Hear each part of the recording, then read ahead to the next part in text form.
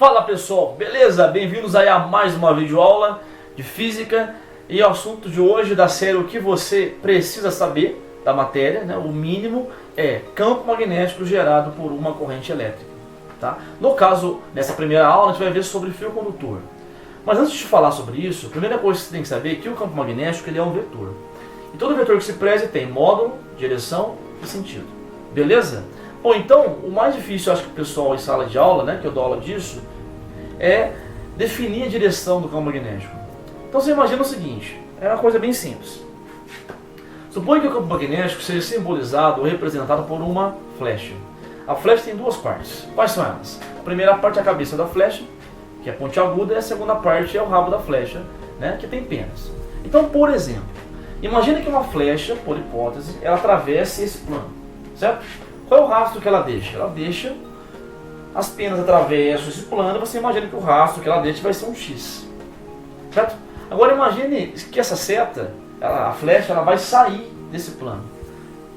Qual a primeira coisa que você vê dessa flecha? Você vê um ponto, porque na hora que ela apontar ali naquele plano, você vai ver um ponto. Então, na física, a gente usa a simbologia da seguinte maneira. Se o campo estiver entrando num plano qualquer, você vai usar uma bolinha e um xizinho. E se esse campo magnético estiver saindo daquele plano, você vai usar uma bolinha e um pontinho. Tá? Então a primeira coisa para você entender isso é compreender essa simbologia. Ou seja, campo entrando, xizinho, campo saindo, bolinha. Beleza?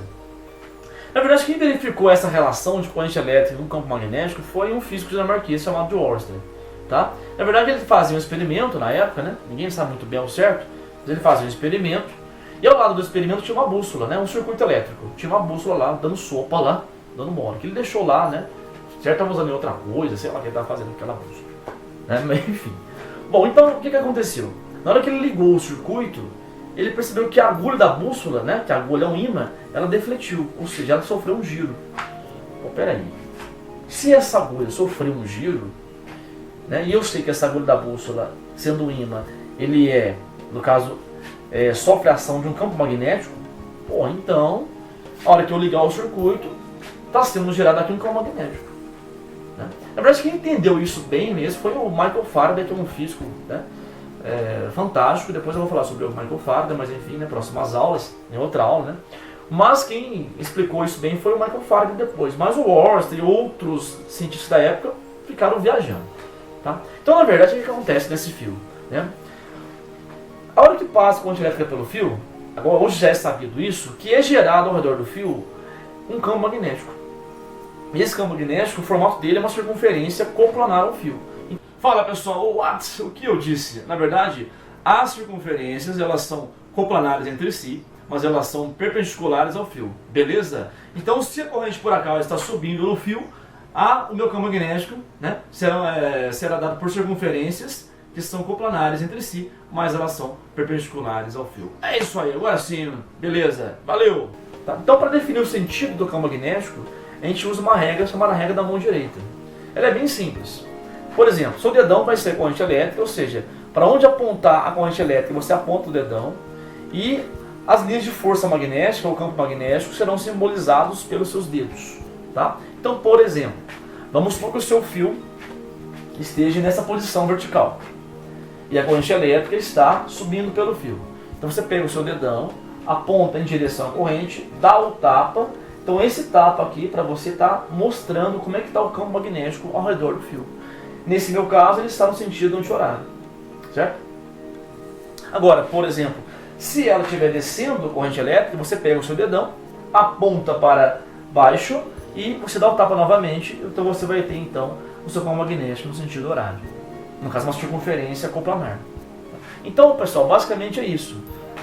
Do que depende o campo? O campo depende do μ0. μ0 é a permeabilidade magnética no vácuo, que vale 4π 10 a menos 7 Tesla vezes metro sobre ampere, a unidade dessa permeabilidade magnética, que é o quão permissível meio, né, em relação ao campo magnético, porque o meio influencia, né, o campo magnético. Depois eu falo também sobre permeabilidade, uma outra aula, tá?